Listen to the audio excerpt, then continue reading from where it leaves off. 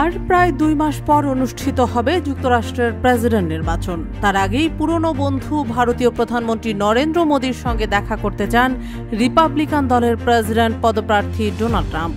মোদীর আসন্ন মার্কিন সফরেই তাঁর সঙ্গে দেখা করার ইচ্ছা প্রকাশ করেন প্রাক্তন এই মার্কিন প্রেসিডেন্ট।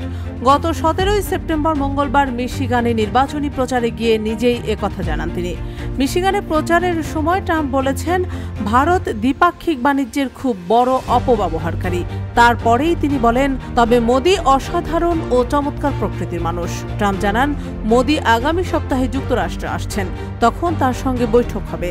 তবে এ বিষয়ে তিনি আর বিস্তারিত কিছুই বলেননি।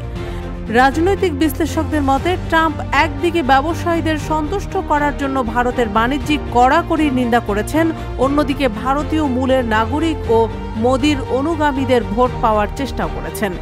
এদিকে মোদীর পাশাপাশি ভারতের প্রশংসাতেও পঞ্চমুখ হন ট্রাম্প। তিনি বলেন, সে দেশের মানুষগুলো বেশ বুদ্ধিমান, তারা কোনো ক্ষেত্রেই পিছিয়ে নেই, বরং শীর্ষে রয়েছে। তিনি জোর দিয়ে বলেন, ভারত বেশ শক্তিশালী দেশ।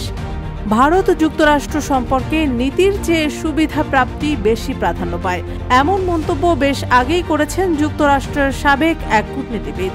তার মতে, বিশ্বমোড়ল যুক্তরাষ্ট্র ভারতকে দিয়ে তার কিছু শত্রুর উপর কার্যত চাপ প্রয়োগের মতো কাজ বেশ ভালোভাবেই করে নিতে পারে। এজন্য নয়াদিল্লির সাথে ওয়াশিংটন ভালো বন্ধুত্ব সুলভ সম্পর্ক বজায় রাখতেই ভালোবাসে। ধারণা করা হচ্ছে, এসব কারণেই নির্বাচনের আগে মোদীর সাথে সাক্ষাৎ সেরে নিতে চাচ্ছেন ট্রাম্প। আবার এদিকে মার্কিন প্রেসিডেন্ট জো বাইডেন আগামী 21 সেপ্টেম্বর কোয়াড নেতাদের শীর্ষ বৈঠকের আয়োজন করেছেন। মূলত চীনের আগ্রাসন নীতির বিরুদ্ধে একজোট হয়ে 2007 সালে এই আলোচনা সভার সূচনা করেন জাপানের তৎকালীন প্রধানমন্ত্রী শিনজো আবে। এবারের বৈঠকে নরেন্দ্র মোদী এবং অস্ট্রেলিয়া ও জাপানের প্রধানমন্ত্রীও থাকবেন। উক্ত বৈঠকে যোগ দেওয়া ছাড়াও 22 সেপ্টেম্বর নিউ ইয়র্কে প্রবাসী ভারতীয়দের সঙ্গে দেখা করবেন নরেন্দ্র মোদী। সেই সঙ্গে রাষ্ট্রপুঞ্জের সাধারণ অধিবেশনেও যোগ দেবেন মোদী। এছাড়া আমেরিকার প্রথম সারির বহুজাতিক সংস্থার কর্ণধারদের সঙ্গেও বৈঠকের কথা রয়েছে মোদীর।